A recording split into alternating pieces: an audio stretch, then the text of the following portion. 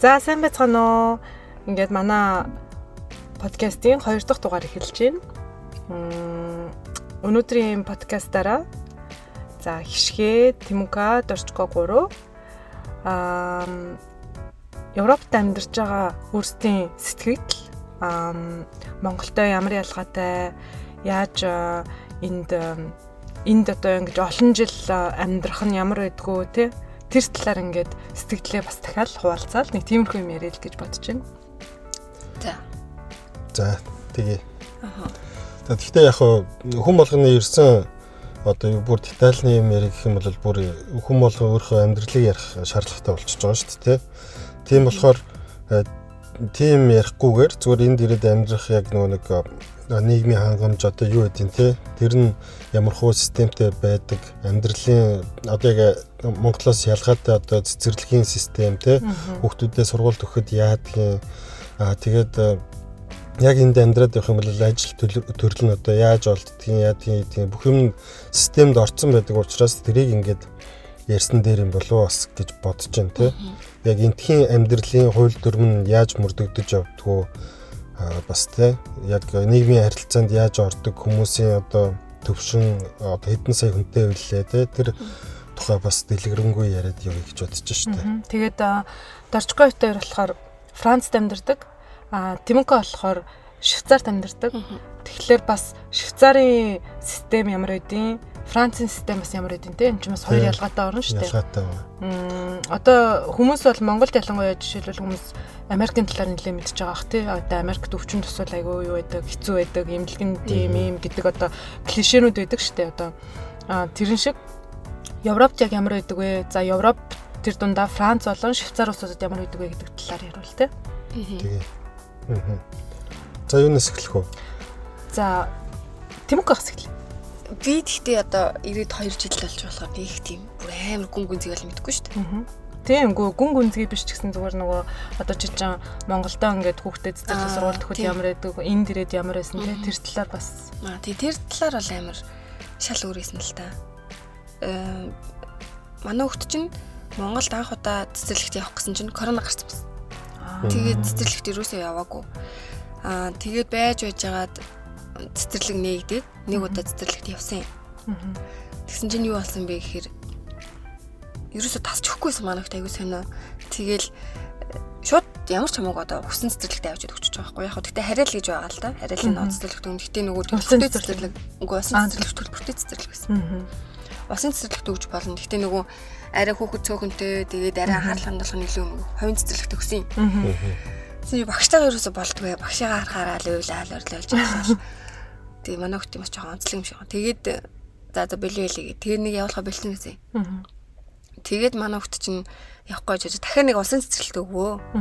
Яг хараилын дагуу улсын цэцэрлэг. Тэгсэн чинь тэр цэцэрлэг хамгийн гоё нь юу байсан юм? Нэг шинээр баригдсан. Бүх юм шив шин тавилга нь одоо анги танхим бүгдээрээ шинээс. Тэгээд тэр цэцэрлэгт оруулаад нэг утаагүй. За нэг 3-7 хоног явсан баг. Тэс чи 3-7 хоногийн дараа би ингээл авахгүй л нэг жижигхэн цавх байдаг шүү дээ. Тэрүүгээр ингээд нэг амхандаа бичлэг хийж байгаа байхгүй. За яа юу хийж байгаа юм бол би тэгтээ нэг муу санаад юус бичлэг хийгээгүй. Зүгээр л ингээл аав руу явал гатчихлаа ингээл хөөрхөн юу хийж байгаа юм бол тэгсэн чинь туслах багш нь манай хүүхд зодч идэг юм. Ямар азгүй туслах байхгүй. Бүр амар заяа бүр тэгснээр бүр зүгээр ингээд гар мараар зохгүй. Нэг юм тоглоомын нэг юм том сакс байдаг шүү дээ. Тоглоом хураадаг сакс. Тэрүүгээр шууд манай хүүхд хоёр зохиод авдیں۔ Яна амар цэцэрлэг. Бүр амар би бүр ингээд тэгээд би чинь одоо нэг ингээд гаднаа ингээд та сүр сар ингээд амар хүмүүс шүү дээ. Тэгээд би одоо ер нь боддог гэсэхгүй ямар нэгэн тийм болох юм бол яста багштай нь халалцсан гээл тээ. Тэгсэн чи ерөөс юу ч хийж чаддгүй билэг үн цагаар талахаар. Би шууд ингээд шоконд ороод бичлэгийг шууд зогсоогоол хаалганы олгол үгүй багш та яаж байгаа юм бэ гэл тэгсэн чинь багш нь намайг хараад сандрал яна зүгөөрөө гэл манай өдөр очиод амар жүжиглээл. Тэгээ би ямар амар юу ч хэлж чаддгүй юм лээ. Нүднээс ингээд нулимс цогсоо заагаа урсаад. Тэгэл хүүгээ ингээд тэрэл хувцын юмсуулгүй би аваад гарт. Тэгээд ааврын залгаад ээж эмэрүүн залгаад. Тэгсэн чинь тухайч маань хүч цагдаа хийж байгаа шүү. Тэр тэгтээ жоохон азгүй багш лээсэн л та. Тийм ээ тийм. Тэгээд камерын шалгая гээд. Угаасаа нэг аягүй сонио үндсэн багштай дуртай. туслах багштай дург байсан байхгүй. Тэгээ ерөөсөө ордгоо тэгээ би ер нь ингээд ажил хүний ээжимж ажиллаж байгаа шүү дээ. За туслах багштайгаа л уучраа болохгүй юм даа гэж 2 3 хоногийн өмнө бодчихсон чинь 2 3 хоногийн дараа очсон чинь яг тийм болцсон мэт. Тэгээд би ер нь за тэрнээс хойш дахиж цэцэрлэгт өгөөг Монголд. Тэгээд ер нь гадагшаа явна гэж шийдсэн байсан болохоор за Монголд ер нь цэцэрлэгт өгөхгүй гэгээд тэгээ би өөрөө бодчихсохгүй за би л ганцхан юм төрсэн бах та гэд тэгсэн чинь үгүй энд ирсний дараа нөгөө Монголын цэцэрлэгийн имжлүүд аягүй цэцэрлэгүүд аягүй л яваад яг тэр үед те. Тэр тэгээд нууц шул тэр багш яасан болоо. Тийм тэгсэн ингэсэн багшийг захиралд нь хилээд эрхлэгчд нь хилээд арга хэмжээ авсан. Яг арга хэмжээ авсан баха мэдгүй би тэг ерөөс тоогоо хайцсан чи бүр өөрөө шоконд орсон юм шүү дээ. Өөрөө шоконд ороод юу ингээд нөгөө хүн дээр очиж нөгөө багшийн загнах хэцүү нөгөө захирлууд дээр нь очиж та нар одоо энийг хал гэж хэлж болохгүй шүү дээ. Тэр чинь бас нөгөө өөрөө амьдралтай хүн байгаа. Тэгээд тэгснээ тэр нөгөө юу яасан юм а захирал нь илүү 3 4 хүүхэдтэй ч лөө та ингэ нэг удаа өршөөгч хэлчихлээ. Тийм үстэй юм яриад тэгээ за гэд. Тэгээд тухайн үед өнгөрчээсэн. Тэгэхээр тэр хүн одоо яг тухайн үед надад ингэж тайлбарлажсэн байхгүй. Би ингээ гэр бүлдээ жоохон асуудалтай байгаад тэгээд тэр ингээд гэрийнхээ стресс ингээд гаргачлаа. Уучлаарай наа. Би гэртээ ингээ жоохон асуудалтай байсан юм аа. Тэгээд ийм болчлаа намайг өстө уучлаа гэсэн. Тэгээд би тухайн үед ингэж бодчихсон. Өөрийнхөө сэтгэл зүг тийм өөрийнхөө одоо тэр сэтгэл зүйн стрессээ нөгөө зохицуулж чадахгүй байгаа хүн яаж ингэж ажиллах юм бэ? Тэгээд монголчин өөр амар стресстэй байгаа шүү дээ. Тэгэхээр ер нь цэцэрлэгийн багш хийж байгаа хүмүүс айгүй тийм сэтгэл зүйн стрессгүй гэр бүлийнхээ амьдралыг өөртөө ардаа зохицуулдаг тийм хүмүүс байвал айгүй зүгээр юм байна. Тэгээд жоохон задлан хүмүүс болохоор стресстэй байд юм гэж би тухайд бодож байсан. Тийм. Гэтэ нөгөө угаасаа мэргэлжил эзэмшиж байгаа шүү дээ. Тэгэхээр ямар ч мэргэлжил чинь нөгөө ажил дээрээ чи яг профешнл байх хэрэгтэй тий. Ямар ч өөрөө ардаа асуудалтай байлаа гэсэн тэр чиний ажлын хүрээллийн хүмүүст чинь тэр чинь ямар ч хүртээлгүй тэр хүмүүс ч мэдэхгүй тийм асуудлыг ингэж гаргаж яах гэдэг бол айгуу тийм нөгөө профешнл юм дутуу долмог байна гэж харагдаж байна л та. Дээрээс нь тэрийг ингээд нөгөө за энэ ингээ хүүхдтэй юм аа гэдээ арга хэмжээ авахгүй өнгөрөхөөр дараа нь сургуулийн захирлан ч юм уу тэр багштайгаа айгүй сайн ярилцаж тэр хүнээ дахиж нөгөө сургаж энэ төр авахгүй бол одоо танаа хүүхд төр ийм асуудал үүслээ дахиад өөр айлын олон хүүхдүүд төр үүсвэл яах вэ тий хамгийн гол нь би бас тэгжсэн байхгүй би яа камерын бичлэг үзье гэсэн мэхээр манай хүүхдийг өмнө зоддгоос нь хамаагүй байхгүй зүгээр энэ багш хүүхд болгонд ингэж ханддаг юм уу дахиад манай хүүхдээс өөр дахиад ингэ хүн айлын хүүхдийг ингэ цохиж зодож одоо ингэ бүр багаас нь тийм бодлогослын байгууллагт явах дургу болгоцсон байх үедээ гэж би бодоод ТV камерын бичлэг үзье гэсэн чинь камерын бичлэг байхгүй камер ажилтгүй гэж хэлчихсэн байхгүй. Нөө яана тий. Тий. Тэгээд бас энд амар сонио. Энд болохоор сургууль цэцэрлэгт нь бас нэг ч камер гэдэг юм бэл. Ерөөс ямар ч камер. Ер нь бол байхгүй. Ер нь тий. Монголд бол амар камертай шүү дээ. Тэгээд тэр камераар яг баримтжуулаад байдаг. Тэгээд энд болохоор ягаад камергүй гэхээр угаасаа хизээч зодохгүй. Хизээс гар хүрхгүй. Тэгээд ч одоо хүүхдүүдтэй харьцаж байгаа болохоор тэр чинь айгүй нарийн одоо Монголд цэцэрлэгийн багш одоо ямар журмаар ордгийг мэдэхгүй шүү дээ ер нь л тий. Яг тийм багшаар төгсөөл тэнгуүтэ насны хязгаарлалтанд мэдээж ядаж энд бол ядаж сургалтанд суугаад яаж харьцах вэ хүүхдтэй тэдэн насны хүүхдтэй ажиллах байгаа бол айгүй их олон юм дээрээс нь зааж өгч байгаа шүү дээ цаанаас нь тий. Монголд би нэг хүнийг танин цэцэрлэгийн багшаар төгссөн. 4 жил сураад төгссөн. Яг зүгээр их сургуульд 4 жил яваад тэр хүн чинь тэр цэцэрлэгийн багш гэдэг юм цэцэрлэгийн багшаар тийм. Сургуулийн өмнөх бодлогосрол гэж мэрэгчлээдэг баха. Тийм. Тэр яг тухайд би жоохон мэсэн л та 9 настай. Гэхдээ тэр ихч маань ингээд цэцэрлэгийн багш болох гэж байгаа. Тэгээд цэцэрлэгийн багшаар сурж байгаа гэж бүр хэлжсэн. Тэгээ яг төгсөөд одоо бол цэцэрлэгийн багшаар ажиллаж байгаа. Тийм. Мундаг айгуу сайн цэцэрлэгийн багш нар байдаг байхгүй. Одоо ингээд одоо манай яг төрсөн дүүгийн охин цэцэрлэгт явдаг. Тэр багш нь ингээд манай дүүгийн охин болохоор одоо нөгөө сүултэж хэлд орж байгаа. Тэгээ одоо хөгжлийн одоо ингээд зураг ч юм одоо үеийнхнээс баг зэрэг хоцроод байгаа байхгүй. Тэгэнгүүт тэр хүүхдийг ингээ хоцорж шүү ингэж шүү гэж юусоо тэххгүйгээр айгуу сайн урамшуулна. Тэгэл яг ээж нэгэл үр дээр аваа суугаад хоолыг өгч ин тийм багш нар зөндөө байгаа. Одоо би ядгууд юм уу эсвэл яасан мэдгүй ямар ч тийм багштай нэг таарсан. Тэгээ би ер нь цэцэрлэгээс аюух айдаг байхгүй. Одоо Монгол ч гэсэндээ ингээл бичлэг тараад идэв шин. Тэр ер нь л ийм штэ угаасаа гэд одоо нөгөө нэг тийм юм үзээгүй хүмүүс бол ямар сайн ийм байд юм бахта гэдэг бол би угаасаа л ингэдэж штэ гэдэг тийм юм суулгацсан надаа. Тэгээ би цэцэрлэгээс жоох айдаг айц. Одоо хүртэл надад тэр бичлэг нээд чи би ингээ үцхээр ингээд хамаг виний шар усаад айгүй амар хүү амар өрөвдөд. Ингээл цокол далангот нь хоошоо ингээл нөгөө бие ингээл хураагаад тэцэж бах тий. 3-тай л байгаа штэ. 2 гарантай л байгаа. Тэгээд би ингээ хураагаад ингээд нүд мүдэнд дэлтчихэд айгүй амар заяа. Тийм тэг өөрөө өнгөтэй тэгж алхачтай амар. Тэгээд тэр чин өмнө дахиж тэгж өмнө зогсон ч юм уу л мэдэхгүй шүү дээ. Тэгээд камер имжлэг байхгүй гэж байгаа. Тэгээд өөр болохоор үгүй би анх удаа л ингэж ин өнөөдөр ингээ стресстэй тэгчлээ гэж байгаа байхгүй. Тэгтэл өмнө нь тийм юм гаргаж ирсэн л ах. Тийм. Угаас хөвгчөнд дургүй байсан гэж тэр багш та. Үндсэн багшаа харахаар тэрвэрэд орчдөг байсан. Тэгээд туслах багш нь болохоор жоох уйлагнаад ингээд ингээд. Тэгэл хүний ээж юм чи би ойлголаа. За энэ багштайгаа л жоох очроо болохгүй байх шүү. Тэрнээс өмнө амар хүүхэн яваадсан. Дуу хүмүүс орж мараад бүр хүмүүс чинь. За тэгсэн чинь Монгол энд ирсэн чинь ямарсан. Тэгээд энд ирсэн чинь болохоор ингэдэм билээ. 4 настайдаа сургуульд орд юм билээ. Одоо сургуульд ордог. Тэгээд тэрнээс өмнө цэцэрлэгт орох хэрэгтэй шүү дээ.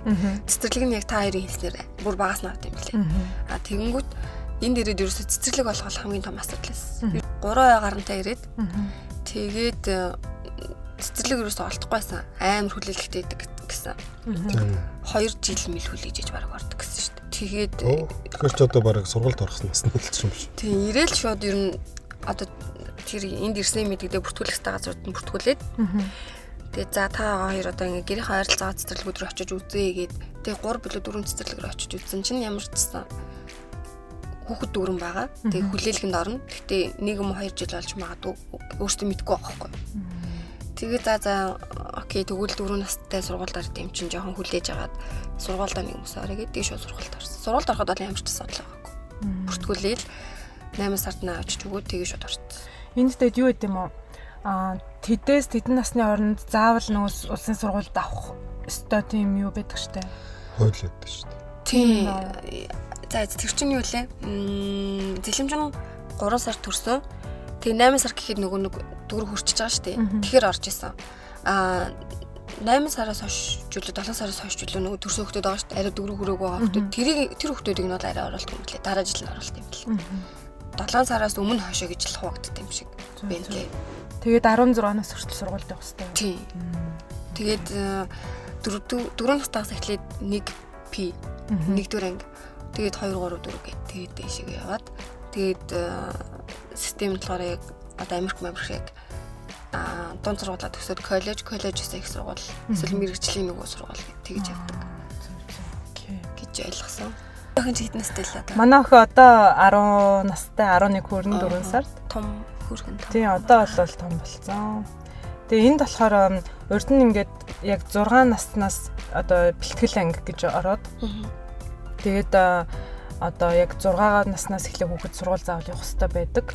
Яг хоо эцэг их нь бүр ингээд нөө өөртөө одоо боловсролын актанд хүсэлт гаргаж иж зөвхөн хүүхдүүдэд огт сургуульд явуулдаггүй айлууд бас байдаг. Өөрсдөө гэрийн боловсрол олгодог. Тийм хүмүүс нь ихтэй мэдээж ховор.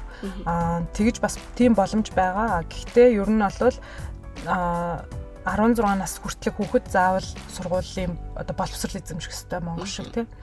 Тэгэнгүүт тэр нь анх 6 наснаас байсан чинь одоо 3 наснаас болсон. Сургуульд орно гэсэн юм уу? Бэлтгэлээ гэдэг. За энд чинь болохоор нүуний цэцэрлэгийг бас сургууль гэд нэрлээ явчихж байгаа байхгүй. Гэхдээ тэр 3-аас 6 нас хүртэлх бол яг л Монголын адилхан нөгөө цэцэрлэгэл гэсэн үг л дээ.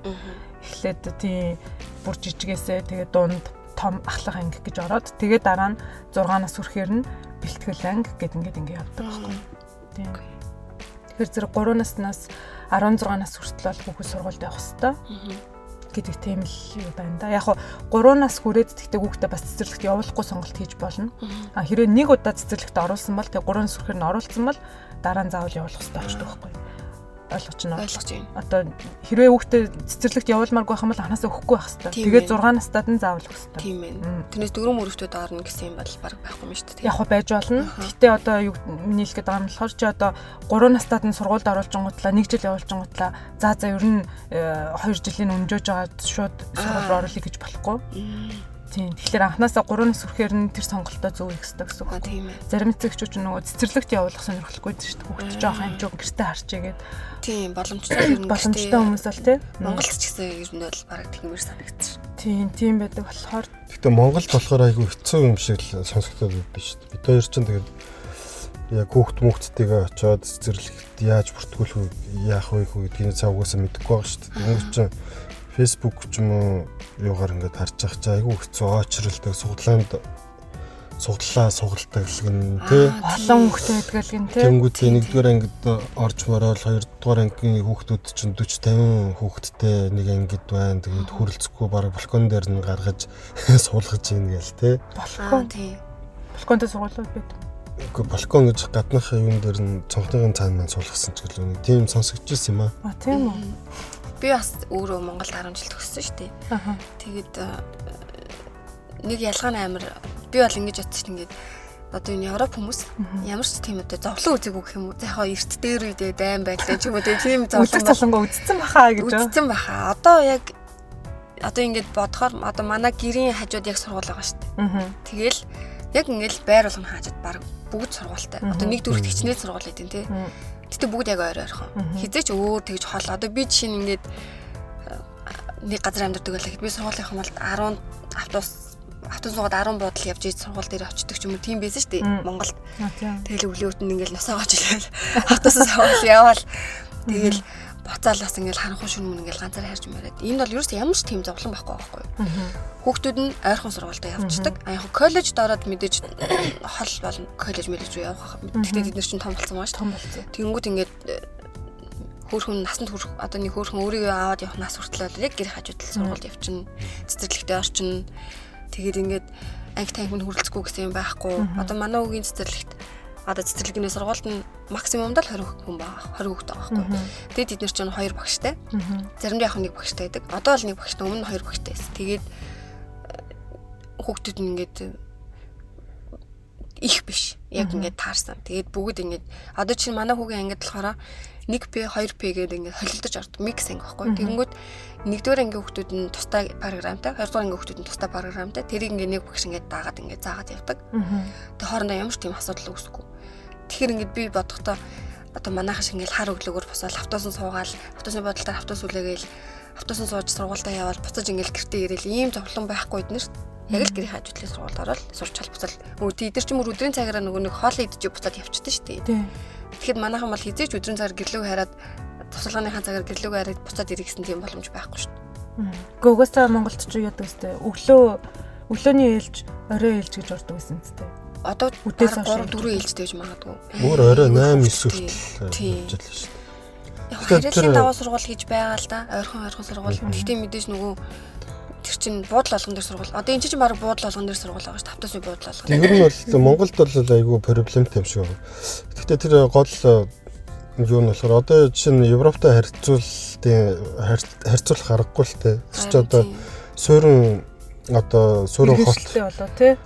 Төлөвшөлт энэ нь одоо бүр 1000 жилийн өмнөөс явж байгаа шүү дээ. 1000 жилийн өмнө ихтэй сургууль байсан гэж бодохоор чи мэдээж 1000 жилийн туршлага байна шүү дээ, тийм ээ. Монголд бол одоо нэг 100 жилийн л туршлага байгаа шүү дээ. Яг суурин болоод дээрэс нь сургууль юугаа хөгжүүлээд нэг 100 жил болж байгаа шүү дээ ер нь бол тий.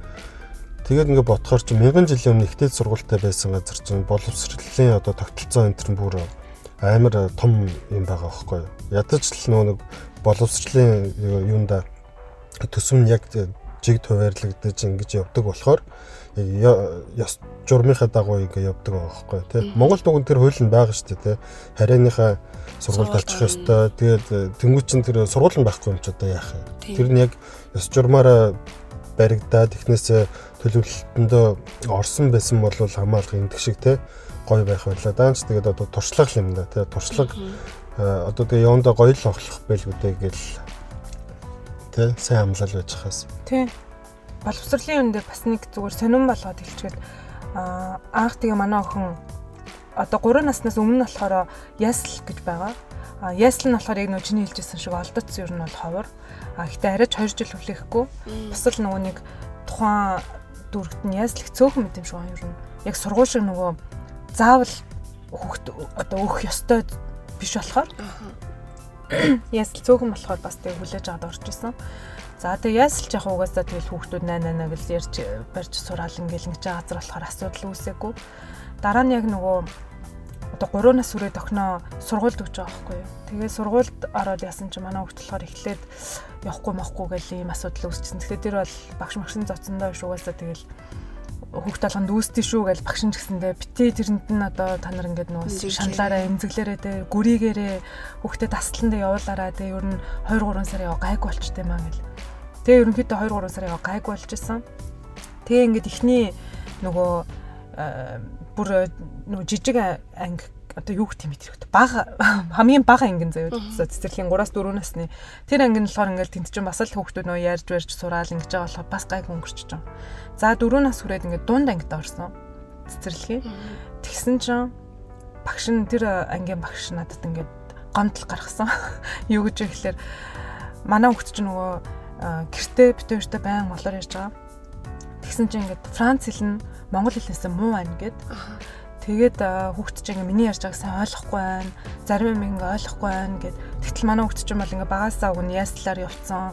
Тэ ясл дээр хэдий гэртээ монгол юм сонсож гэсэн яслаараа Франц юм сонсоол ингээ явж байгаа.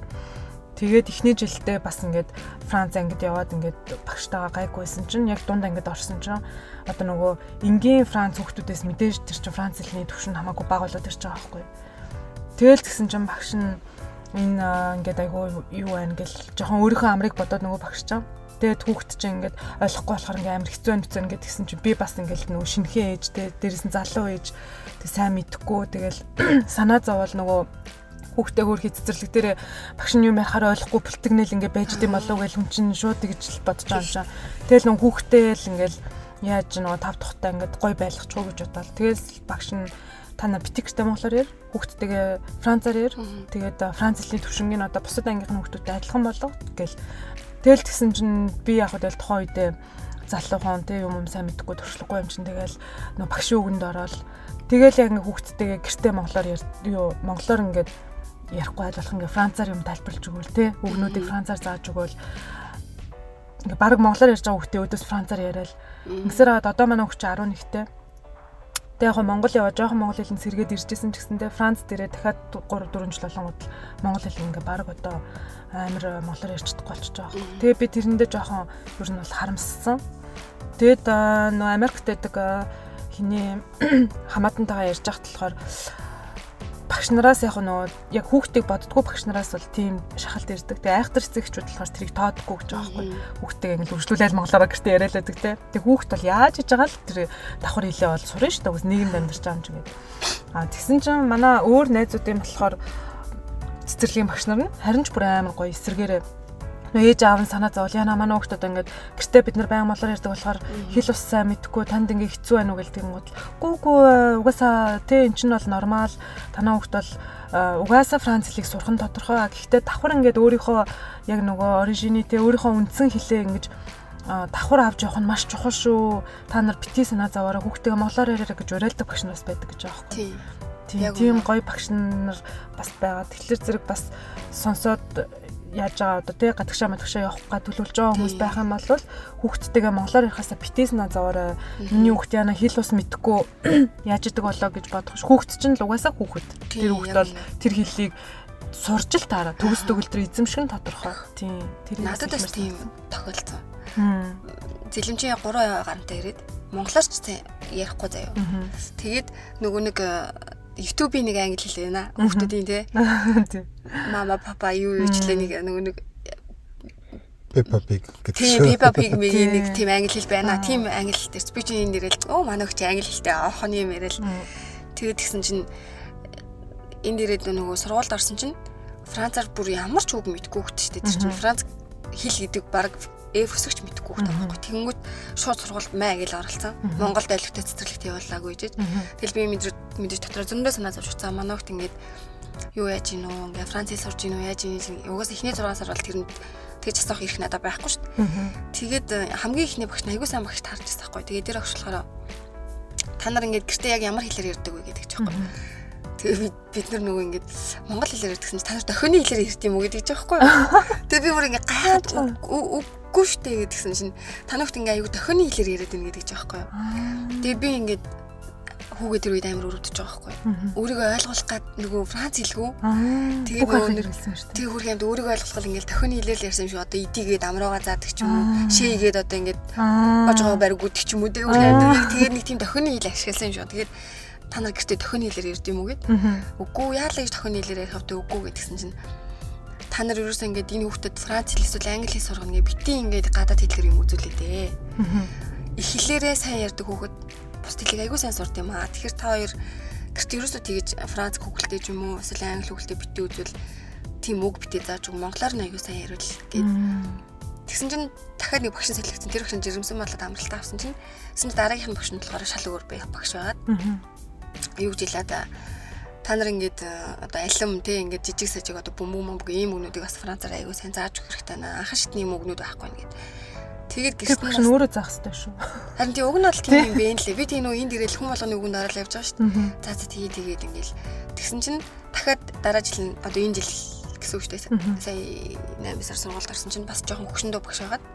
Тэгээд тэр багш болохоор би ингээ 20 жил багшилсан. 20 жилийн ингээд багшилсны миний хамгийн гол туршлага бол мэдээж ингээд та ээж ингээд өөр газараас энд ингээд оршин суугаад амьдрах гэдэг ч юм уу зөндөө байгаа. Хүүхэд 4-6 наснда хэлийг хамгийн сайн сурдаг. Тэгэхээр та нар ингээд энэ манай хүүхэд Францаар ярихгүй байх уу, ингэж нэг тийч нэг ямар санаа зовох хэрэг байхгүй. Харин та нар их хэлээрээ сэтгэж ярьж чаддаг хүүхэд бусад хэлийг аягүй сайн сурдаг гэдэгчсэн. Тэгээд ингээд 3 өөр багш үзэхэд бол гурлаа ингээд шал өөр юм ярьсан. Гэхдээ ер нь хоёр нь болохоор амар их хэлээрээ сайн сурдаг. Одоо зэлэмд нөгөө нэг яаж ч монгол хэлээ сайжруулсан юм гэхээр нөгөө монгол хүүхэлтэй аягүй хөгжүүлсэн. Одоо манай хүүхч монгол хүүхэлтэй үзсэн гүрсэн л голоод байгаа. Ноён талах заяа. Ноён талах бол айгүй гоё. Ноён талах айгүй сайн үзсэн. Тэгээ тэрүүгээр айгүй хэл сурсан. Монгол хэл. Одоо тэгээ монголоор айгүй сайн ярьж байгаа. Тэгвчмээ бас Франц хэл нь баг цаг сайжраад байгаа юм шиг санагдаж байгаа. Тийм Франц хэл нь сайжрна л да яалтчгүй. Яалтчгүй сайжрна. Тийм яалтчгүй сайжрах юм байна. Ямар нэгэн хэлээр үсэ сэтгэл нэгдэг чинь шал ондоо шүү дээ. Тэгэхгүй энэ тэндээс монгол хэлээ дутуу ахс, франц хэлээ дутуу ахс гэдэг алимгээр нь сэтгэж гоё илэрхийлж зүрхний хэл гэдэг юм суулгаж эхлээд өгсөн нэр бол гэж бодож байна. Тий, одоо жишээ нь тэгтээ зэлэн бас ингэж жоохон монголоор бүр төгс ярихгүй шүү дээ. Тэгтээ бас ингэж байгаа байхгүй одоо намайг бүдүүн гэж одоо тэгж байгаа байхгүй. Тэгвэл үгүй чи бүдүүн шүү дээ гэдэг юм уу? Үгүй би бүдүүнгүү гэж байгаа байхгүй. Бүдүүнгүү гэж одоо үг байхгүй шүү дээ. Тэгэнгүүт тэрийг бас ингээд францаар сэтгэж хэлээд байгаа юм шиг санагдаад байгаа байхгүй. Одоо па гэдэг үгийг ингээд ардаас ч юм уу урдаас ч юм уу залгаад нь шүү дээ. Тэгж яриад байгаа юм шиг надад санагдаад байгаа байхгүй. Тэгэхээр бас би бас ингэж хүмүүст зөвлөх юм бол гадагшаа явахдаа манайх очиод ингээд хэл тосгоо хүүхдүүдэд ингээд тэг жоохон гадуурхагддаг ч юм уу ингэх үедээ ч юм уу тэгж бодох ерөөс хэрэггүй мөлий. Хэлээрээ сайн сурах юм бол сайн ярих юм бол ярьдаг байх юм бол бус хэлэг бол угаасаа сурна. Яг ихний мэдээж 1 юм уу 2 жил амар хэцүү юм билээ. Хүүхд маань ингээ хүүхдүүдэд тоглож чадахгүй, нөгөө хүүхдүүд нүүдээс нь ингээ бөмбөг явуулаараа гэхийг инж ойлгож чадахгүй ч юм уу тэгээд тахаар айгүй хэцүү харахад угаасаа эмтрэн. Гэхдээ тэр чинь угаасаа тэр орчинд тэр хүүхдүүдтэй байна. Тэгээ багш нь зааж өгнө гэхээр ерөөс тэрнээс олно яах шаардлага. Одоо би бол ерөөс тэр нэмзэлхээ байлцсан шин. Манай хүүхд францаар ярьж ийн гэж асуухаач байлцаа одоо. Гэтэ хүүхдүүд хоорондоо хэл ус авалцахгүй ч гэсэн ойлголцол тоглоод идэг л гэдэг юм да. Манай ээж чинь нааш ирж хат манай дүү дөрөвтэй. Тэг богоонд нэг орс хүүхдтэй тоглож яах гэж байгаа байхгүй. Тэгэхээр манай дүү ч ямар ч орс хэл мэдэхгүй шүү дээ. Тэгэл ээж ингээ харсан чинь яг орс хүүхд нь орсоор яриад манай дүү монголоор яриад тэг хоорондоо ингээ тоглоод байгаа. Амар гөргөн хүүхд талахаар яг тэгж яад юм байна да. За тэгвэл танаа охины зүрхний хэл нь ямар хэл юм бол? Манай охины зүрхний хэл нь одоо Франц хэл болж байгаа шүү дээ. Туршлагуудад багт нь Франц хэл хэлээр бөмбөгтэй айцсан. Одоо Франц хэлээр л ер нь бол сайн ойлгож сайн яаж шүү дээ. Тэгээ одоо яг ноён талах үзүүлэлт шүү дээ. Тийм. Одоо тоохгүй. Одоо юу TikTok одоо юу гэдэг. Хүүхдийн киноны үеийн өнгөрсөн. Тийм. Одоо TikTok-ийн үеийн эхэлчихэ. Тэгээ мэдээж тэр чинь ойлгож байгаа хэлэн дээрээ. Тэгээд сонсч одоо бүр монголоосоо тасарсан цаашин зүгээр яг наацх хэдэн өгүүлбэрээ монголоор хэлээл тэгэл явчих шүү дээ. Огт бол мэдгүй бол биш шүү дээ тий. Огт бол мэдгүй бол. Тэгээд нөө Франц хэл мэдгүй хүнийг ингээд бол одоо жишээлбэл манай охин чамтай бол ингээд монголоор ярина. Гэхдээ бид өөртөө болохоор хизээш тэгж ярихгүй. Одоо тийм хичээл зүтгэлийг Франц хэл мэддэг хүнд гаргахгүй.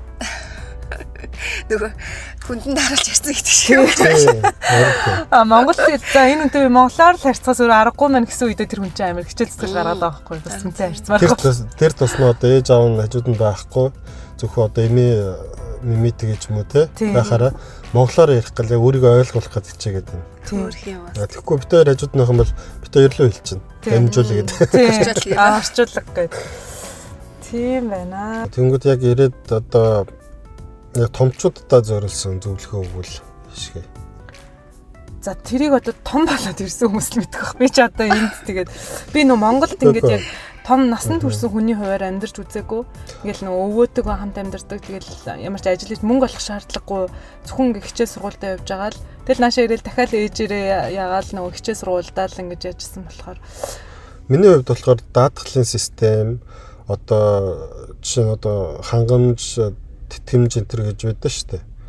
Тэр болохоор Монгол болохоор дөнгөж л одоо яг эхэлж байгаа юм шиг надад санагддаг байхгүй юу. Учраа болохгүй одоо нийгмийн даатгал бөө хэрүүл мөрүүл болоод яваад байгаа юм шүү дээ. Тэр нь одоо хаашаа яваад идэм бид нар мэдэхгүй байна.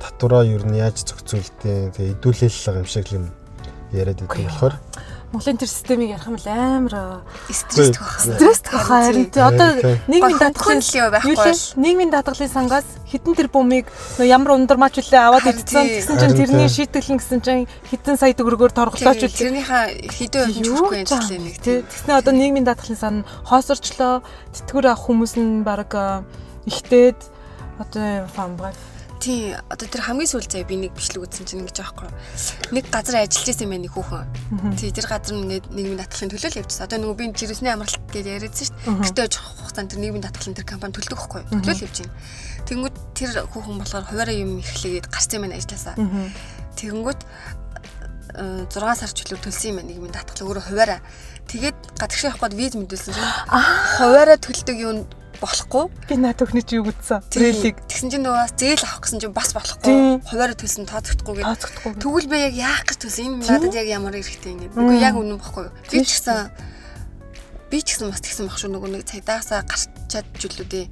шууд нэшээ бас 2-3 сар чөлөө төлөөд тэгэнгүүт нөгөө нэг бас виз мэдүүлэх гэсэн чинь цагдаас төлжсэн нийгмийн даатгал байсан мөртлөө сүүл цаас төлсөн нэг 2-3 сар хаа энэ юу вэ гэд.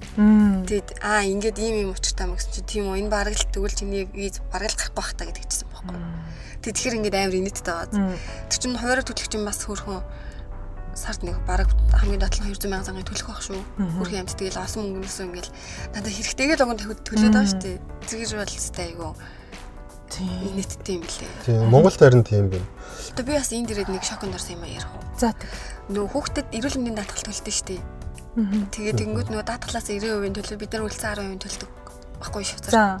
Францад болохоор 70-30 тийм үү. Энд болохоор 90-10 юм гэлээ. Тэгсэн чинь би нэг өдөр ингээд энэ чи заавал хүүхд эмчтэй болох хэвээр. Хүүхд эмчтэй боллоо. Хүүхдээ үзүүллээ. Тэгээ эм бичиж өгч байгаа байхгүй. Тэгээ би нөгөө эмээ санаар очиод эмээ авах гэдгсэн чинь за даатгалын картаа өгөөрэй. Даатгалын картаа өгсөн чинь миний эмийг ингээл яг одоо айгүй хөрхөн юу яд юм л бас ингээд заартан бичиж өгдөг. Өдөрт хэдэн миллиграмаар хэдэн одоо хөрөгчөнд хадгална ингээд яг харцан дээр нь бичиж өгчдөг. Тэгээ надаа өглөө. Тэгээ би ингээд нөгөө төрөвчө гаргаад ирсэн ингээд нөгөө мөнгө өгөх гэж зогсоод байгаа шүү дээ. Тэгсэн чинь ингээд за босон баяртай гинаа. Тэгээд би цагаа би ингээд өөдөөсөө хараад зогсоод байгаа гэсэн чинь би мөнгөө төлөх гэсэн чинь мөнгө төлөхгүй гэдэг тоххой. Би тэг ингээд гайхаад ямар сони яагаад мөнгө төлөх юм бол гээд гайхаад тэгээ буцаад гараад тэгээ энд нөгөө нэг байдаг найз асуу надаас ингэ мөнгө авсан гэсэн чинь уус авахгүй нөгөө даатгал нь төлчдөг. Тэгээд одоо чинь тэр даатгал руу одоо миний авсан эмийн төлбөр явчихна. Тэгээд даатгал 90% төлчөөд надад 10%-ийн төлбөрийг л буцаа явуулчих юм би тэрийг нь төлдөг. Тэгээ би ингээд тэрэн бас айгүй шокорчсон. Хөөх эрүүл мэндийн даатгал гэдэг чинь ийм юм байд юм уу? Ийм авахд хүртэл ашиглагддаг юм уу? Би одоо Монгол хэзээ эрүүл мэндийн даатгал төлжсэн ч гэсэндээ очиж үзүүлээд миний 90% ч юм уу эсвэл надад үнэгүй юм хийж өгч байгааг байхгүй. Ийм гэхдээ эмнэлэг өдөртэй үнэгүй хвчтэй юм шиг л ч тийм улсын эмнэлэг энэ. Тийм төрийн албаагч болохоор бид нар тустай эмнэлэгтэйсэн. Тэр эмнэлэгтэй бол яг үнэгүй үзүүлээд одоо тэр эмнэлэг бас нэг айгуу даваа тал нь юу байсан. Миний нөхөр, миний аав ээж, миний хүүхдүүд бас үнэгүй үзүүлэх болдог тийм биз.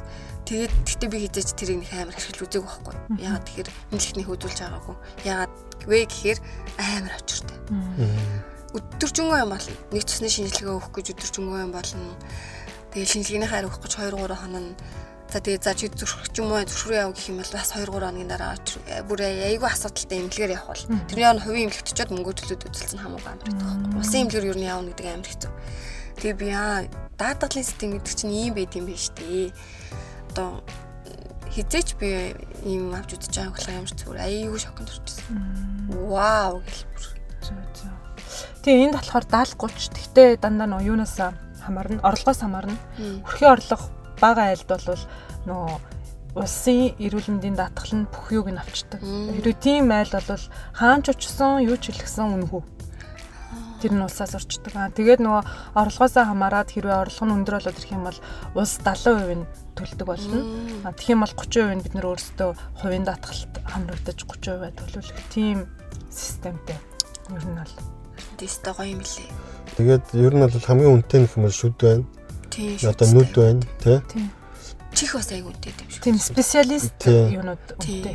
Яг нарийн одоо мэрэгжлийн эмчтэр очихоор бол үнэтэй болоод бас тэр чин даатгалт чин тэр чин орцсон байна уу, хэдэн хувийг хөнгөлөх юм уу, яах юм уу гэж бас тэрийг сонголцтой байдаг л та.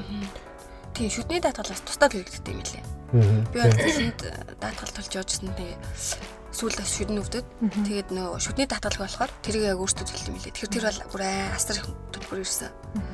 Харин Швейцарт тэр үнэтэй шиг байгаа шүд гэл тэгэн гол хүмүүс 4000 франкны тийм төлбөр ирээд тэгээ бүр ингээ шоконд орж байгаа шүү дээ. Энэ шүдний даатгал болгоод төлөх хэрэгтэй. Йоо бүр өстэй амар байсан. Тэгээд тэрнээс хойш хашраад одоо шүдний даатгал төлж байгаа. Гэтэ шүдний даатгал төлсөн ч гэсэндээ 50%. 50% бид нэр төлөө 50% даатгал төлнө. Гэтэ бас хамгийн амар нь 6 сар төлөөд тэрний дараараас 50% нь орж. 50%. Оо яана. Шүд л айгүй амар юу юм бэл. Тийм ээ. Харин Швейцар шүд л юу юм шүү.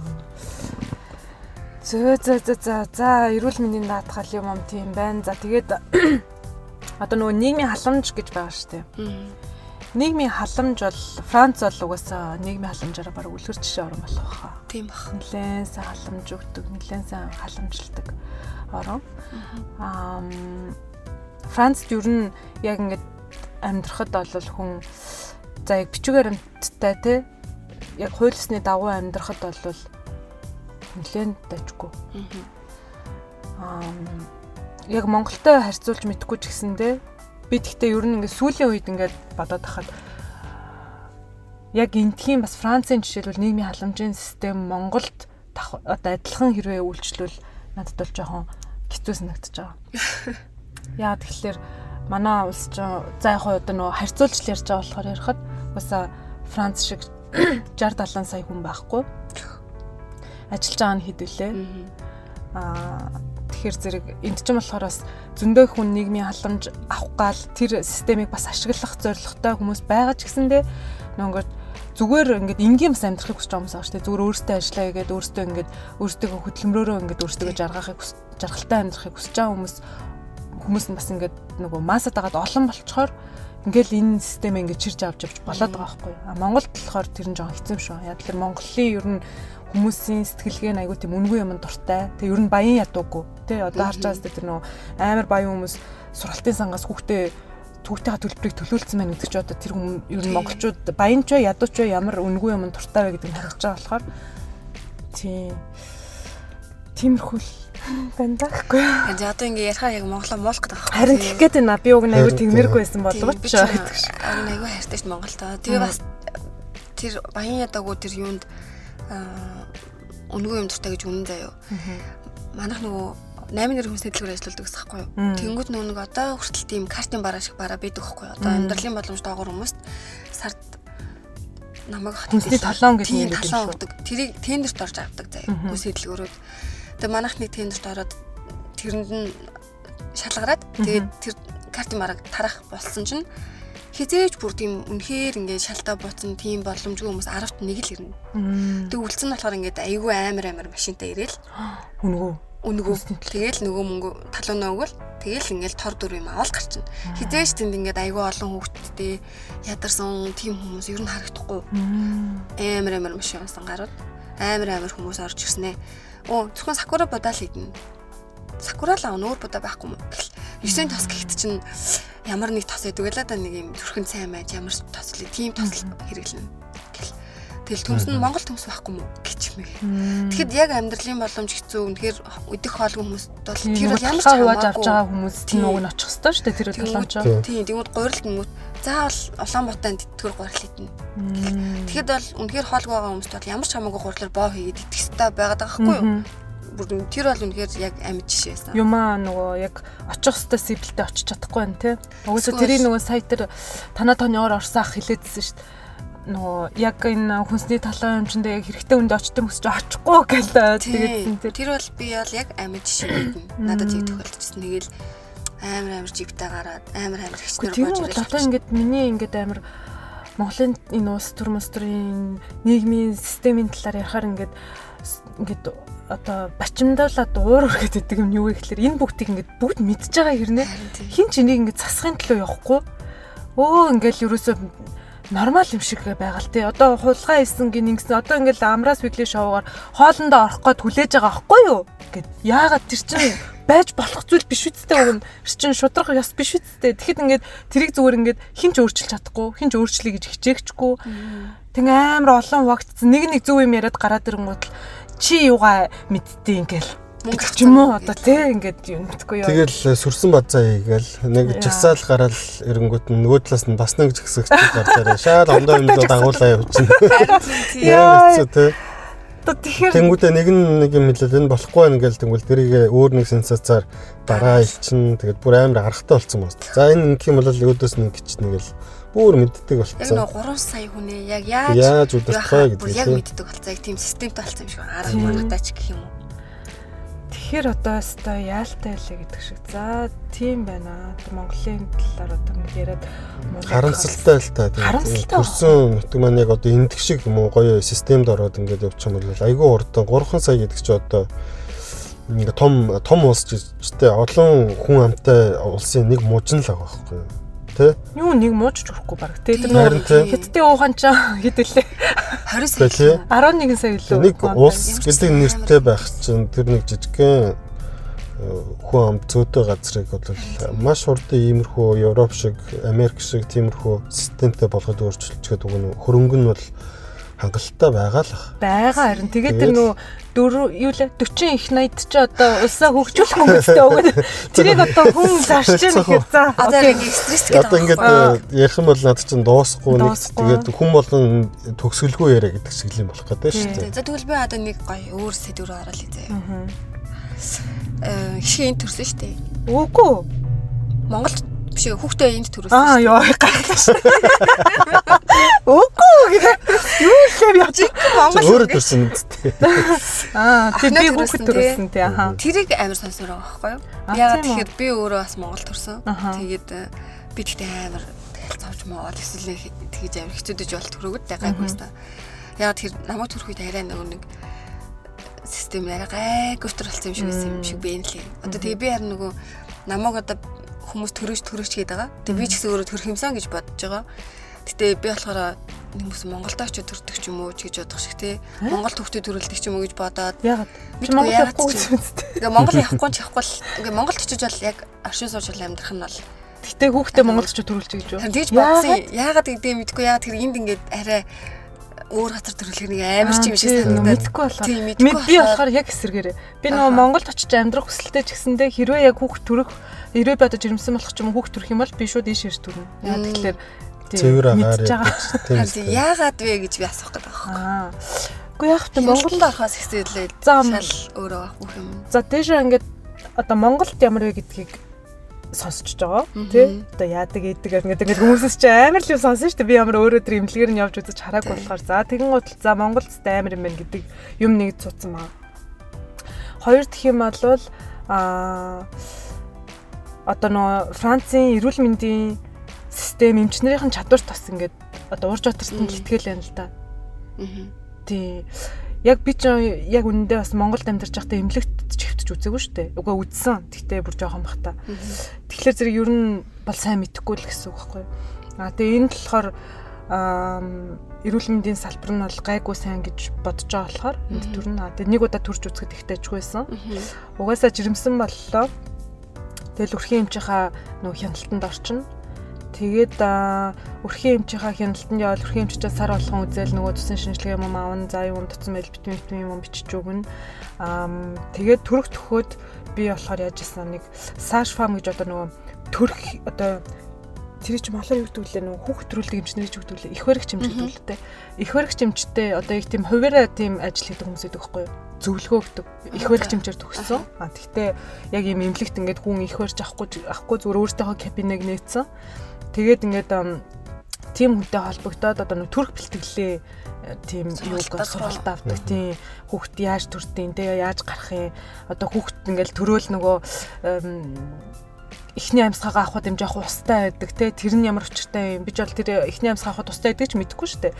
Тэгэхэд ингээд гидсэн дотор байгаа хүүхдийн уушг нь ямар байдیں۔ Яагаад амьсгалт одоо гэх мэтчлэн ингээд бүгдийг зааж өгнө. Тэгээд яаж бэлтгэх ёстой өхний толгоогоо яах ёстой нэг бүх юм ингээд зааж өгдөг тийм их баригч эмчтэр зөвлөгөө авдаг. Ер нь айдасгүй төрүүлэхэд одоо бэлдэж өгнө гэсэн үг шүү дээ. Сэтгэл зүг бэлдэж өгнө. Тэгээ бясалгал хийн. Тийм бясалгал хийн, нөхөртөөгөө очиж бясалгал хийн. Гэхдээ Монголд бас тийм юмнууд одоо ингээ нөгөө хараад хахад ингээ группээр суугаад ингээ хийдэг юм ятсан шүү. Битээр болохоор зүгээр яг хувьчлаад тэгж хийжсэн. Тэгээд хүүхэд төрүүлэх чинь хамаагүй нөгөө мэдлэгтэй болчихж байгаа юм те. Бэлтгэлтэй болчихж байгаа. За тэгээ хүүхэд төрөх процесс бол дажгуулсан. Зүгээр тэгэл эмчнэр нь за эмнэлэг нь бол угаасаа тэгэл одоо нормал гэж хэлэх гэхээр нөгөө энтхийг мэдхгүй хүмүүсийн хувьд юуг нормал гэж байна тийм. Тэгэхээр дайжгүй. Одоо Монголтой харьцуулахад бол хамаагүй илүү бол гэж би бодож байна. Яагаад гэвэл 9 сар жирэмслээд одоо ер нь ингээд явц байгаа шүү дээ. Тэг хоорондоо Улаанбаатар тэр хүн ажиллаж амьдарч алхаж амьсгалж байгаа болохоор наандаж агаарын бохирдол гэж байна шүү дээ. Хүүхдэд яаж нөлөөлж байгааг бид нар мэдэхгүй, төрөөд яахыг мэдэхгүй тий. Тийм болохоор миний бодлоор энд төрсөн хайгуу илүү болов гэж бодож байна. Тэгээ явцын одоо нэг үзүүлэх юм арай найдвартай юм шиг санагдаж шүү дээ. Ер нь дандаа бид нар энд байгаа болохоор Монголд яг ясам дээр яадгийг сайн мэдэхгүй боловч мэдээлэл авж байгаа их усүр нь дандаа Facebook ч юм уу тийм газруудаа дандаа хар мэдээлэл явдаг байхгүй юм болохгүй байна. Энэ одоо хүүхдийн төрөгч одоо юу вэ? 2 3 төрөх дахиад барьчаач гэдэг ч юм уу тийм. Баян тийм мэдээлэл явж байгаа болохоор хэн найдаж Монголд очиж төрөх юм бэ? За энд төрөх боломжтой хүн тий боломжтой хүн яаж очих вэ? Тийм үстэй. Агаарын бохирдол нь яаж н хэдэн хүүхд чинь тийм ч тэгээ төрлөө гэд Монгол юм гэхээр ч одоо сонин санагдаж байгаа. Дээрэс нь эндхийн нөгөө төрөх юу ч улсын эмнэлэг нь үнэгүй. Хувийн эмнэлэг мэдгүй. Хувийн эмнэлэгт төрнө гэж байт юм уу? Одоо нөгөө хариаллаараа бас ингээд төрөх эмнэлгүүд нь хүмүүсээ авчдаг. Тэгээд тэгээ улсын эмнэлэг нь угаасаа улсын эмнэлэг гэхээр нөгөө Монгол шиг биш байгаа шүү дээ. Тэр чинь хангамж юм сайн болохоор тэгэл гадаадд төрнө гэхээр айгаад байгаа байхгүй. Нэг л мэдгүй яагаад ч юм нэг тийм яг хүмүүс бол хэлэл байгаа надад. Айгуу гоё чи юу яриад байгаа юм чи зүгээр төрг намайг. Би бол яг чи юу гэж бодоод байгаа эсвэл хэл ус мэдгүй болохоор юм. Үгүй. Одоо яг төрөх төхөөд Монгол явж төрмөр байгаа мó эсвэл одоо жирэмсэлчээд тэр хугацаанд Монголд байж байгаа төрчөөд буцаж ирмээр байгаа мó. Ер нь би зүгээр харин одоо манай хүүхд 6 таа шүү дээ. Тэнгүүд би мэдээж хүүхдтэй болмоор санагдаад байгаа байхгүй. Тэгтээ нэг сэн ингээд энд жирэмслээд энд төрөөн гэхэр нэг тийм сайн нөө. Яг Монгол төрсөн болохоор тийм санагдаад байгаа ч юм уу мэдгүй. Тэгээд нөхөр чинь юу гэж байна ер нь? Битээр бол ер нь яриад ер нь хоёлаа дахиад хүүхдтэйг яриалгаа л та. Тэгтээ эндүүд тэрийг би хэлээг байхгүй ингээд. Одоохондоо нөхөр бол тэтал. Тийм нөхөр бол төрөхгүй учраас тэр нөхөрт хэлээд явах та одоо манай нөхөр. Миний бодлоор нөхөр чинь яахлах. Энд төрсөн дээрээ арай найдвартай дээр л гэх бах ер нь л. Монголд бол очиж яг би яг доржиг хэлж тэгж бодсон байхгүй. Төрөх хөнгөтэй Монголд ч төрчдөг ч юм уу гэж бодсон байхгүй. Монгол хүн их барьж аавна гэж бодсон юм уу яасан мэдгүй. За тэг нэг тийм нэрийн их баригчаар нэрлэнэ гэдэг. Манай төр тийм шүү дээ. Тийм үү. Төгсөж байгаа. Монголд аягүй их тэгдэг тий. Намайг их барьж сайн юмч бол аягүй мундаг юмчээс. Намайг жоохон загинсан л та. Тэгтээ зүгээрс. Аягүй хөрхөн. Энд бол эмчнэр загна гэж байна. Тэгтээ аяг гэж. Харагдаа дуулуулж өгнө шүү дээ. Тэгээд аягүй тийм бас юу аягүй мундаг тэд нар чинь тэгэл бас яг нөгөө түрүүний ярьсан шиг хууль дүрмийнхаа дагуу явдаг гэдэг шиг эмчнэр нь ч гэсэндээ ингээл айгүй профешнл. Тэгэл яг нөө сувлагч нар нь яг аргадах ажил мэжлээ хийгээл ингээл эмч нь болохоор яг ингээл нөгөө их барих юмдаа яг анхаарлаа төвлөрүүлээл дүүлээрээ ингээрээ гэдэг юм а хэлнэ. Тэр нь зүгээрээ битээс наацаа гэдэг юм угсаа эмч хэлэх ямар ч тэнд боломжгүй шүү дээ. Тэр хүн чинь яг жинхэнэ ажил дээр анхаарлаа 100% төвлөрүүлэх талаар. Тэгэл нөгөө сувлагч нь хажуунаас ирээл ингээл ста сайн байна, юм байна, тийм байна, битээ. Тийм одоо айгуу гоё хянзаа явж ста сайн байна гэл амар хөөрхөн тэгэл тэгээ хажууд нөхөр байгаа те. Тэгээ ер нь бол айгуу. Тэр нөхөр орно гэхээр бас надад айгуу гоё санагдаад байгаа байхгүй. Монгол бол айгуу хэцүү юм лээ. Би нэг төлбөртөө өөрөг нь авах гээд.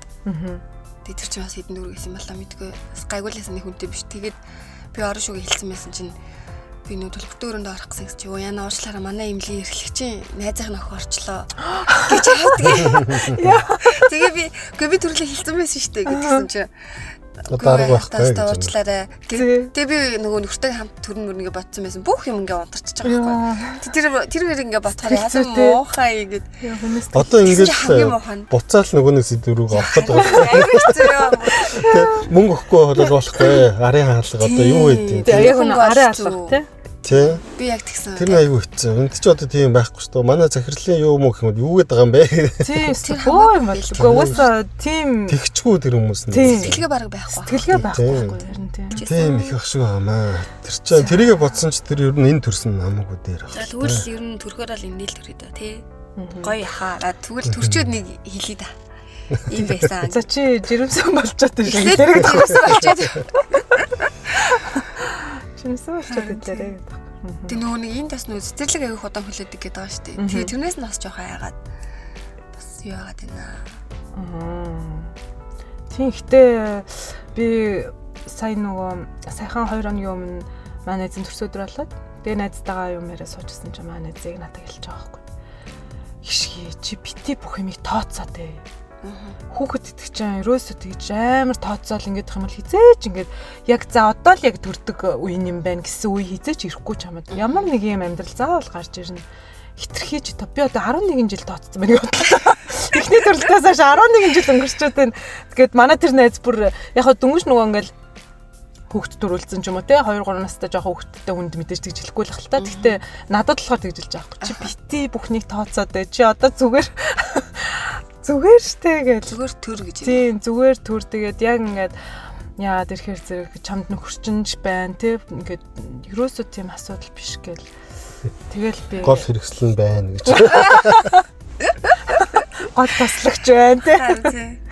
Тийм тэгэл нэггүй хүүхэдтэй байна гэдэг бас жоох юм шиг лээ. Тийм. Аюултай гэх юм уу? Хүүхэдтэй жоохон хайргүй юм шиг харин санагдах гээд байгаа ш надад одоо нэг өөрсдийнхөө амрыг бодоод тэр хүүхдийг ингээд нэг амьдралд ганцрын түлхээд ингээд оруулах гээд байгаа юм шиг надад яг тэгээс санагдаад байгаа ш. Би штэ. Би охиноо ингээд жирэмсэн болоод төрүүлчихэд за миний дараагийн хүүхэд 5 жилээс наан байх гэж боддогсан байхгүй юу?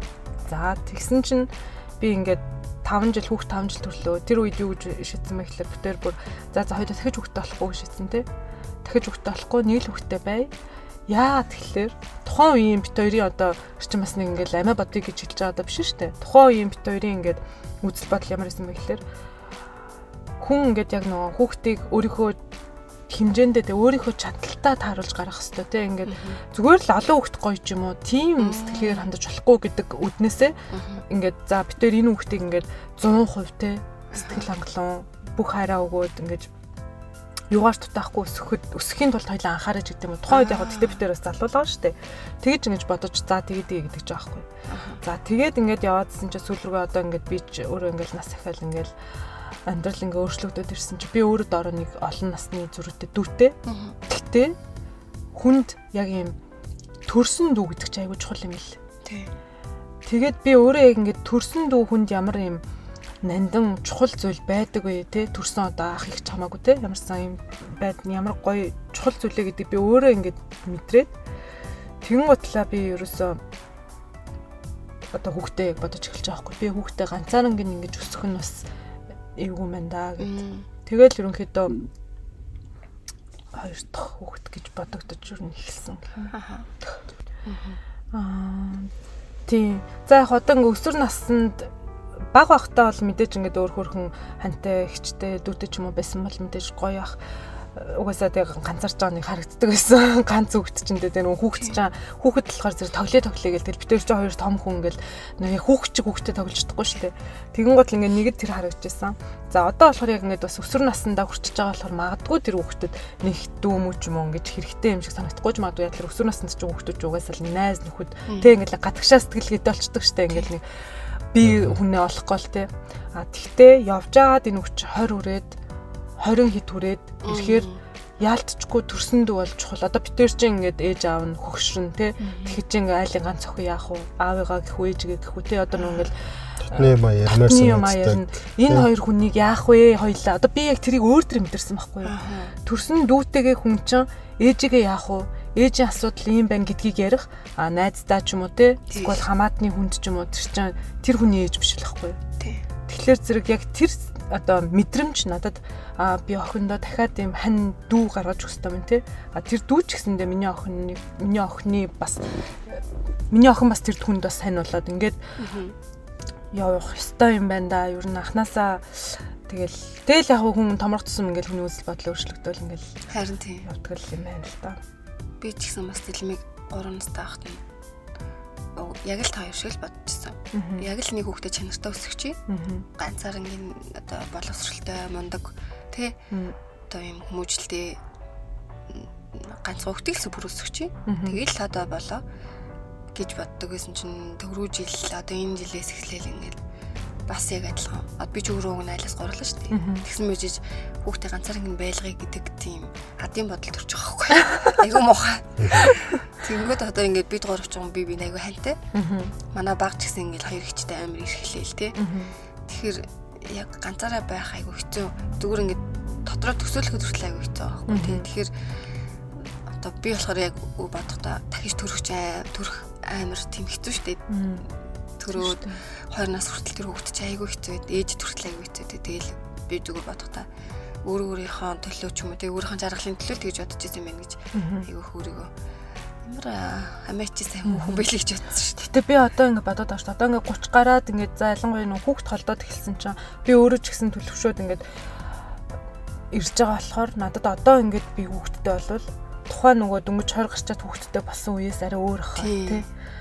Ингээд илүү нөгөө нэг хүүхэдтэй болсныгоо аз жаргалтай. Яг тухайн үед аз жаргалтай л гэж бодож ингэж нөө өөрийгөө ухамсарлал явж исэн л байгаа л да. Гэтэ одоо болохоор илүү тийм угаасаа нөгөө хүний тархич 25 үрээд яг бүрэнгүүц боожж дуусна юм байна гэдгийг одоо сайхан ингээд мэддэг болчиход байгаа шүү дээ хүндрэлсэн чинь. Тэгэхээр зэрэг яг тэр яг үнэн л юм шиг. Одоо бол над хүүхэд гаргалаа ч гэсэндээ тийм амар ингээд нөгөө анхны хүүхдийг төрүүлж исэн. Одоо наад ч гэсэн адилхан анхны хүүхдийг төрүүлж хахад шүн анх удаа босч те ингээд тэд нар ингээд аюу хэцүү санагддаг байсан бол тийм байна. Зөв. Би одоо ямар тээж гаргаж байгаа шиг. Одоо юу хэлэх вэ? Тэгээд хэцүү угаасаа харагддаг юм чинь тий. Тийм болохоор хэцүү. Хэцүү гэж те миний охин ч тэгтээ өстой үлгэр жишээ хүүхэд гэдэг шиг л хүүхэд шүү. Гарч асуудал аахгүй. Аав нарт бас тэгтээ юу гэдэг хаа. Хүнд бас байдаг хаа. Нөгөө нэг төрсний дараах сэтгэл готрал гэж. Тэр мэдчих өстой тийм үү? Мэдрээгүй шүү. Мэдрээгүй жоохоо. Бид нар өөрсдөө мэдрүүлээгүй байхгүй. За тийм баг. Ер нь бол тэр чинь юу юм шиг лээ. Ингээд төрсний дараагаар одоо манай нэг найзалч эхний 3-7 хоногоо чи айгуу гоё өнгөрөөчих юм бол давчих юм бол бид чинь тэгэл явж эхний сар л гэсэн үг шүү дээ. Эхний сараа ингээд айгуу гоё тэр нөгөө гомдохгүй тий хайр халамж нөгөө гэр бүлийнхэн ч гэсэндээ хайр халамжаа өгөөд ингээд яачих юм бол айгуу гоё ингээ гайг болчт юм билээ. Одоо тэр нөөс төрсний дараа сэтгэл гутралаас нэг орохгүйгээр ингээ яг ингээ төрөөд ингээ дөнгөж удаагүй хүүхдэн сарч хүрээгүй байхад ингээ тийм хайр халамжийг өгөхгүй те тэрийг ингээ өөрөө мэдрэл тийм сквал ингээ ийм ямар нэгэн хэрүүл орол гарах ч юм уу ийм юм дээрээс яхаар нөгөө тэр сэтгэл гутралд орох ингээ үнцгийг тавьчтай юм шүү. Тэг миний хувьд ч болохоор би төрөөл яг нөгөө ээж хажууд нөхөр хажууд тэгэхэр чи ингээ энэ хоёр хүн чи намайг бас амар кэрлэл. Тэгэл би ингээл ямар ч тэгэд би тэр сэтгэл готрол гэдэг юм өртөг байх гэж боддог шүү. Тий. Яг ээж хажууд байхаас амар том нөлөөт юм. Том нөлөөт. Би бас нэг ороогүй л тий. Яг үе үйл өөрөө л юм орсон болох гэсэн шүү. Тэрнээс нэг намайг ямар готролд орлол байсан юм ч бол баг байхгүй. Гэхдээ тэр нэг хүүхний толгой хагарах тэр мөр бол бүр амар тийм. Одоо нэг хүмүүсийн тэр өстө ирэх юм хэзээ ч мэдэрч үзэхгүй гэхээр бас тэр ингээд зөв байна гэдэг. зөв мөр ингээд одоо ингээд бодход л ингээд хамаг би ингээд яаж чангалж зүгээр ингээд шивж байгаа юм шиг аастай. Рашист тусаал юм шүү.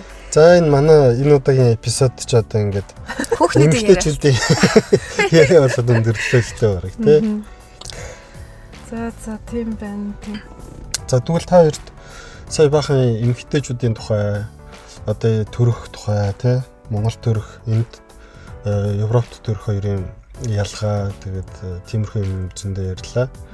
Тэгвэл одоо хоёрын хувьд бас миний хувьд Монгол очиж ер нь цаашдаа ирээдүйд явж амьдрах тийм төсөөлөл одоо байгаа юу төлөвлөгөө энэ төр байгаа юу тэрийг нэг хуваалцуулгаа юм шүү.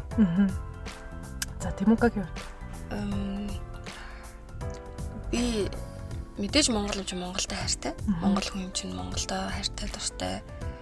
Гэхдээ огт бол буцаж очихгүй өстэй яг энэ чинь ингээд амьдрна гэсэн яг тийм бас бодлоо байхгүй. Одоо хүн чинь ингэдэг юм байна л да. Одоо би хүүхдтэй байсан бол Монгол руугаа очиод амьдарч байна. Гэхдээ энэ хүүхдтэй тэгээ хүүхд маань энэ сургуульд орсон. Тэгээд одоо Франц хэл хөргөн яг эд сураад явж гин тий. Тэгэнгүүт нь 1-2 жилийн дараа ч юм уу яг гой Францаар яриад сургуулийнхаа боловсролын системд нэгдээл яг ингээд уусаад эхэлж байгаа гот нь би мангар юм шиг Монголд авчиж явах юм бол тэр хүчин 1-р ангиас ахтээд сурна. Тэгээ Монгол хэлээ мэдгүй. Тэгээ бүр ингээд хэцүү болгоо хийчихэж байгаа байхгүй юу. Тэгэхээр би бол хүүхдээ бодвол ямар ч юм чинь бол амьдрна. Гэхдээ 90 очин амьдрна гэж бодож байгаа. Одоо 90 очин гэдэг нь юу гэдэг юм? Та хоёр шигтэй одоо ингээд төссөн үедээ Монгол руугаа очичдаг. Баяр ёслолоор цагаан сараар очичдаг. Зун очиод аялждаг. Тэгж бол амьдрна. Гэхдээ энэ чинь бол амьдрна гэж бодож байгаа. Мэдээж л Монголоо санджийн Монголтой хайртай. Гэхдээ энэ боловсролын систем нь арай гоё. Имлэгэн ч гэсэн одоо юу гэдэг юм? Бүх юм яг бүх юм гоё. Юмдаа орцсон тий. Ингээд төчихэд надад одоо ингээд заавал таньдаг хүн хэрэггүй. За. Одоо тэгвэл заяа өөр юм асуух шигээс. Та хоёр уус гэр бүл хэмжээнд оржогийн бодлоо л байгаа. Охин чинь Монголд очиж ажиллаж амьдрна. Монголоо хөгжүүлнэ гэвэл дэмжих үү? Манай охин бол угаасаа Монголоо хөгжүүлнэ гэж одоох нь одоо бол ярихгүй байгаа. Яг тэгэхээр бид за одоо яг зүгээр дорчгоо болохоор зэрэг одоо ингэ зөндөө олон хүмүүс гадаадад амьдарч байгаа тий. Гадаадад амьдарч байгаа хүмүүс яагаад бүдрийн эх орн руу очихгүй байгаа юм бэ гэдэг юмыг зур гадаад амьдарч байгаа хүний өнцгөөс хэлж байгаа. Тэрнээс шууд яг манай гэр бүлийн хувьд бол бид хоёр бол үнэхээр Монголд очиж амьдармаар байдаг. Монголд очиж амьдарч яг одоо бид хоёр ч монгол хүн болол төрсөн тий. Монгол хэлээр ингээд нөгөө одоо сэтгэдэг тий одоо тийм болохоор ер нь сэтгэл зүрхэн амар Монгол руу идэг. Дээрээс нь яг гадаад хүн, монгол хүн бол яалтж байхгүй ялгаатай. Тэр нэг хүний онцлогсоод ах юм байхгүй. Угаасаа ялгаатай. Тэгээд тэр үднээсээ бид хоёр болохоор ингээ Монголд амьдрах хүсэлтэй. Гэхдээ хүүхдийн талаар асуусан учраас манай охин бол Монголд амьдрах хүсэлгүй. Хүүхэд болохоор тэр чинь нөгөө энтхийн нэг комфорт юмдаа ингээд тасцсан. Тэгвэл Монголын ингээ очиж харангуул тэр хүүхдийн хувьд нь үзээгүй байсан газар нь учраас амар сонирхол санагдаж байгаа шүү дээ. Хүүхд байтгаа надад хүртэл ингээд юу лээ юм билөө гэл ингээд бараг тийм хүүхдээсээ чихээр ч юм уу. Хүүхдээс тий одоо тэр газараас би ингээ өөр айж байгаа байхгүй.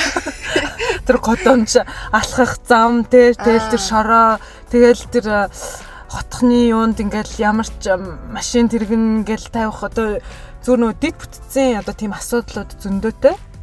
Тэгтээ тэр орн чинь Монгол орн монгол хэллэг үндэсний хэлнтэй ингээ явж байгаа газар гэдэг үднээсээ л сэтгэл зүрх татагдаад байгаа. Тэрнээс шиг яг ингээд Европын ч юм уу одоо өөр газруудын комфорттой мэдээж одоо зүрхлэхэд хэцүү ч чинь хөгжиж яваа орон аль хэдийн өндөр хөгжилтэй ороо хоёрыг харьцуулах хэцүү учраас. Тэгтэл боломж нь гэдэг бол Монголд очиж амьдарчмаар л тий. Би бол нэг тийм 92 жил болж болохоор буцаж очиод нэг амар хүрэл маань байхгүй болсон ч үдгийг ч юм уу тийм асуудал байхгүй очиод бол ингээд буцаад ажилдаа ороод ч юм ингээд амьдрал байгаа байхгүй. Гэхдээ хүүхд маань энд илүү тайван аюулгүй ядчил багш нь юмар барьж байгаа цохоод ахааргүй тий.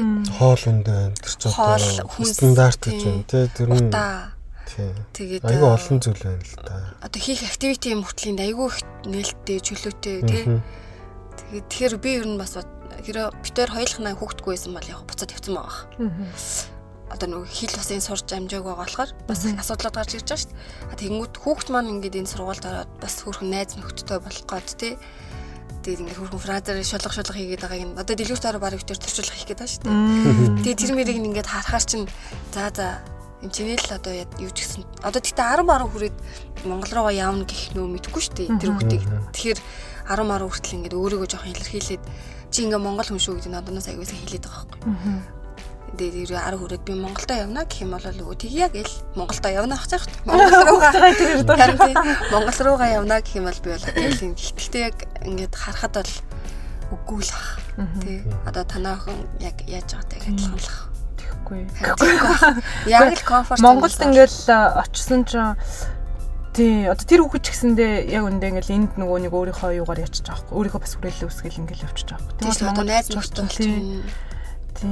Ер нь бол ялгаа бол байт юм л. Гэтэ ямар ч газар хүн ер нь жил амьдраад жил гарсан болол ер нь тухайн газартаа яг өөрийнхөө хүрээллийг үсгээл тасаал эхэлдэг болохоор одоо тийм. Гэхдээ яг хоо ямар ч юм намгарч болохгүй. Би бол сая Монголд очиод 5 сар амьдарч үтсэн. Тэгэхэд бол над бол үнэхээр ялцчихгүй Европын комфорт бол дутсан. Би бүр Монгол байгаа нь гоё. Үнэхээр гоё Монгол хүмүүстэй уулзаад.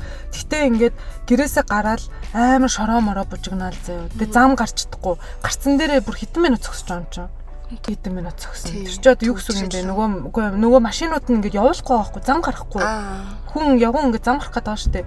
Тэгэл яг ингээд би нөгөө цохон дээрээсээ харангуул хүмүүсийг харахаар ингээд шууд ингээд нэг дээлтэй ахмах ингээд замын голоор гарцгүй газар гүйж мүжидэг байхгүй. Тэгж гарах хэвээр мó тий. Гэхдээ би тэгж чадахгүй л байгаа байхгүй. Тэгээ шууд ингээд замын ингээд голоор нөгөө гарцгүй газар гарч байгаа байхгүй. Тэгмэл ингээд голтой гашлаа байгаа шүү дээ. Мэ гашлахын даваа дахиад дараах нөгөө ирсэн урсгал руу ороод гүгэл явж байгаа байхгүй. Гэдэг ч юм уу тий. Тим юмнуудаас ингээд тэгээ ингээд гэрээсээ гараад алхаад нэг хэдхэн метр байгаа газар руу ингээд алхаад явхад ингээд тэр зам нь хүртэл амар хэцүү. Би бүр найздаа бүр Монголд пүүцтэй алхахч хэцүү байна гэж л байгаа байхгүй юу? Өндөр өсгийтэй готл те гэдэг ч юм уу. Тиймэрхүү юмнууд бол байсан. Тэгэхээр яалтчихгүй бас амьдралд ам гарч болохгүй юм байлээ. Очоод гоё амьдрахыг ч бас үгүйсэхгүй. Очоод гоё амьдрахыг ч үгүйсэхгүй. Хизээж явахгүй ч гэх наашин тий. Хизээж явахгүй гэл. Тийм юмнуудыг одоо гоё болох нь хэлэх юм бол харин нас өрөхгүй мэн үү. Тэгэхээр баг тэрнтэй зөгцөж амьдрах нь баг дээр болчих жоох. Тэрийг гоё юм гэдгээр мэдрүүлэх ховстуулж байгаа. Өөртөө баян хэлээд ирэх юм яашаа. Тийм байна. Тий яг тэл нийгмийн activity тий. Тэр нь ингээд илүү хөгжилтэй сонирхолтой байвал тэгэл тэр ер нь бол бусд нь бол тэгэл деталь л та тий. За окей. Тэгэхээр зэрэг за тэгээд дараагийн дугаарууд дээр бүгдээрээ гоё Европт ирээд энэ хүмүүсийг таньж мэдээ те энэ хүмүүсийн одоо нэг монголчууд тийм зантай дэдрэ гэдэг шиг те Европ хүмүүс яг ямар зантай юм тэрийг нь яаж олж харсан те тэр юмнуудаа гоё ярилцъя.